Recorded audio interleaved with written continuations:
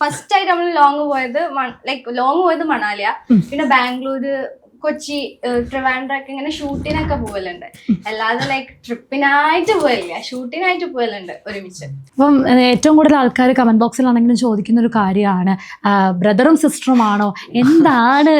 കുറെ ആൾക്കാർക്ക് ബ്രദറും സിസ്റ്ററും ആണോ, സിബ്ലിങ്സ് മറ്റേത് കസിൻസ് ആണോ, അങ്ങനെ കുറെ ചോദിക്കുന്നവരുണ്ട്. പക്ഷെ അത് എന്താ വെച്ചാൽ നമ്മള് ഫേസ് കാണാൻ കുറച്ച് ഒരേപോലെ ഉണ്ട്. ചില ആൾക്കാർ പറയണ്ട് ഒരേപോലെ ഉണ്ട്. എന്റെ അമ്മയും പറഞ്ഞിട്ടുണ്ട് നിങ്ങളെ കാണാൻ ഒരുപോലെ ഇരിക്കുന്നതെന്ന്. അപ്പൊ അതുകൊണ്ട് കുറെ ആൾക്ക് ഡൗട്ടാ. ആദ്യം ഞാൻ പറഞ്ഞിട്ടുണ്ടേനും ഞാൻ ബോയ് ഫ്രണ്ടിന്റെ കൂടെ പോകുന്നത്. പിന്നെ അത് സീരിയസ് ആയി തന്നെയല്ലേ, അപ്പൊ ചില ആൾക്കാർ കാണുമ്പോ മനസ്സിലാവില്ല. അപ്പൊ അവരിങ്ങനെ ചോദിക്കും. അപ്പൊ അതിന് കമന്റ് വേറെ ആൾക്കാർ തന്നെ റിപ്ലൈ കൊടുക്കും, ബോയ് ഫ്രണ്ട് ആണ് പറഞ്ഞിട്ട്. സീരിയസ് ആയിട്ട് ആരും എടുത്തിരുന്നില്ല, ബോയ് ഫ്രണ്ട് ആണെന്ന് പറഞ്ഞിട്ടും പിന്നെ ഓർത്തു അങ്ങനെ നിങ്ങൾ റീൽ ഇട്ടോണ്ടിരുന്നതല്ലേ?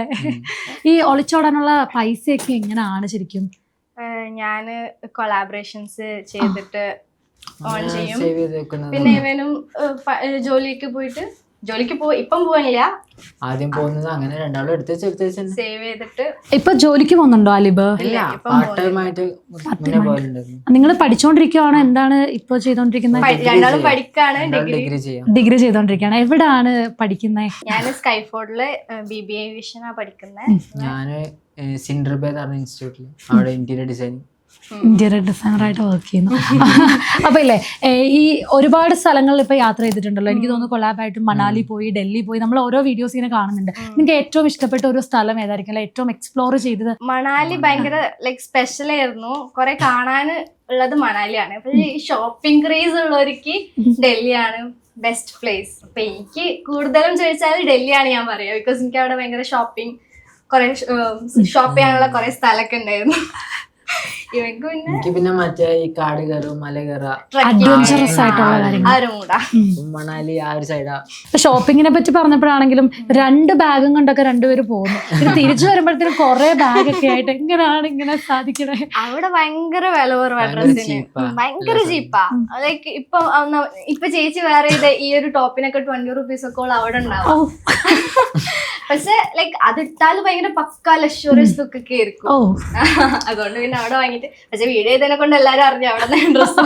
കുറെ ഫോട്ടോകൾ ഇവർ ഇടുന്നുണ്ട് ഓരോ ദിവസവും. ഇവരുടെ ഫോട്ടോഷൂട്ടുകളും ഭയങ്കര വൈറൽ. അവിടുന്ന് മേടിച്ച സാധനങ്ങളൊക്കെ 30, 50, 70 ഇങ്ങനെ ഓരോ ചെറിയ റേറ്റിലാണ് ഇടും, ഫോട്ടോ ഇടും. അപ്പൊ ഡ്രസ്സ് എടുക്കാൻ തോന്നുമ്പോഴും ഇപ്പൊ നിങ്ങൾ അങ്ങോട്ടേക്കാണോ പോവാൻ വേണ്ടിട്ട് പോയത്? അപ്പം പോയതല്ലേ, എന്തായാലും അവിടം വരെ പോയതല്ലേ, കൈമിഷി വരാൻ പറ്റില്ലല്ലോ. അതുകൊണ്ട് ബാഗ് അറച്ചും ഡ്രസ്സായിട്ട്. ഇപ്പം റെനയുടെ വീഡിയോസിലെല്ലാം റെനയുടെ വോയിസ് ഓവറിലാണ് റീൽസ് ആണെങ്കിലും വീഡിയോസ് ആണെങ്കിലും വരുന്നത്. അപ്പൊ വോയിസ് ഓവറിലാണെങ്കിലും സ്ലാങ് ആണെങ്കിലും ആൾക്കാരൊക്കെ പറയാറുണ്ട്. അപ്പൊ അത് കേട്ടിട്ട് എന്തായിരിക്കും കമന്റ്സ് കാര്യങ്ങളൊക്കെ വരാറ്? എന്റെ സ്ലാങ് ഞാൻ ആദ്യം പക്ക മലയാളത്തിലാണ് ചെയ്തത്. കാരണം എല്ലാവർക്കും മനസ്സിലാവണമെന്നില്ലേ ഞാൻ പറയുന്നത്.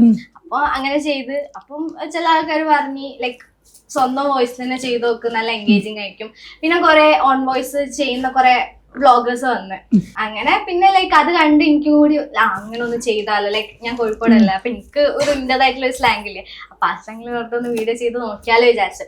അപ്പൊ വെറുതെ വീഡിയോ ചെയ്തിട്ട് കാര്യമില്ലല്ലോ, എന്തെങ്കിലും ഒരു സ്പെഷ്യൽ ആയിട്ട് കൊണ്ടുവരണേ. അങ്ങനെ ഞാൻ ആലിബിനെയും കൂട്ടി.